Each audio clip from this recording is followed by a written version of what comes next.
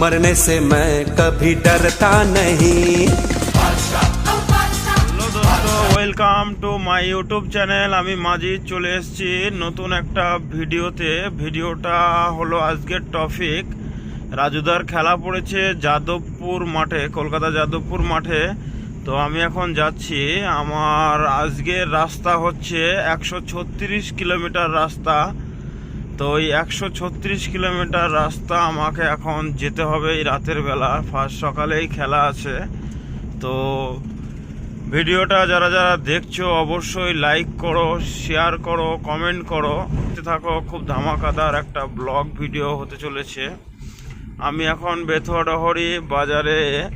তো আমি যাচ্ছি, সামনে রাজুদাকে গাড়িতে নেব, আর নেওয়ার পর গাড়িতে একটু তেল ভরবো। তেল ভরে সোজা একবারে টান টান কলকাতা। গাড়িতে তেল একটু খুব কমই আছে।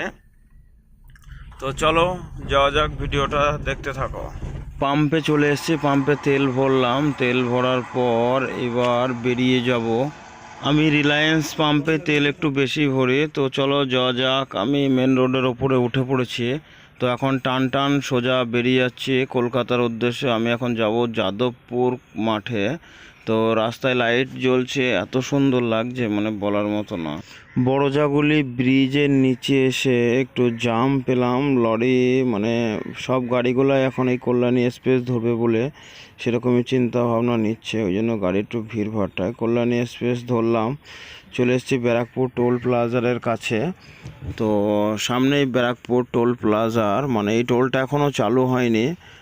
ব্যারাকপুর যে টোলটা চালু হলে কত টাকা কাটতে পারে ব্যালেন্স, কেউ যদি জেনে থাকো অবশ্যই কমেন্ট করে জানিয়ে দিও। কারণ আগে থাকতেই তৈরি হয়ে থাকতে হবে, কারণ কোন সময় যে টোলে টাকা কাটবে কেউই জানে না। আর টোলটার এত সুন্দর মানে দেখতে মানে বলার মতো না, মানে এত সুন্দর করে করেছে টোলটা। মানে আমার মনে হয় যে আশেপাশে এরকম কোনো টোল দেখা যায় না, মানে এত সুন্দর করেছে আর কি। আর রাস্তাটাও হেভি করেছে, কারণ এই রোডটা একদম সিঙ্গেল লাইন ছিল লকডাউনের সময়তে। তো এখন ডবল করার পর মানে টাইমটা তো খুবই কমই লাগে, আর 2 নম্বর কথা জাম তো এই রোডে হয়ই না। তো রাতেই মাঠে চলে এসেছিলাম, ঘুমিয়ে গিয়েছিলাম। ঘুম থেকে উঠে দেখছি প্রচুর গাড়ি চলে এসছে, মানে সবাই চলে এসছে মাঠে। তো আমি দেখি গাড়ির থেকে একটু বের হই। বের হওয়ার পর এই দেখছি রাস্তা দিয়ে হাঁটছি, তো মনে হচ্ছে প্রচুর গাড়ি এসছে আজকে, মানে অনেক ছেলেরা সব এসছে খেলার জন্য। তো পিছনে চলো মাঠটা একটু ঘুরে দেখায়, মানে খেলা শুরু হয়ে গেছে। আমি অনেকক্ষণই ঘুমিয়ে গিয়েছিলাম। এদিকে সিএবির বাস দাঁড়িয়ে গেছে, আর এই সিএবির বিল্ডিং এগুলো সব। তো চলো মাঠের ভেতরে যাওয়া যাক, একটু মাঠটা একটু দেখাই। এখানে সব স্কোর লিখছে।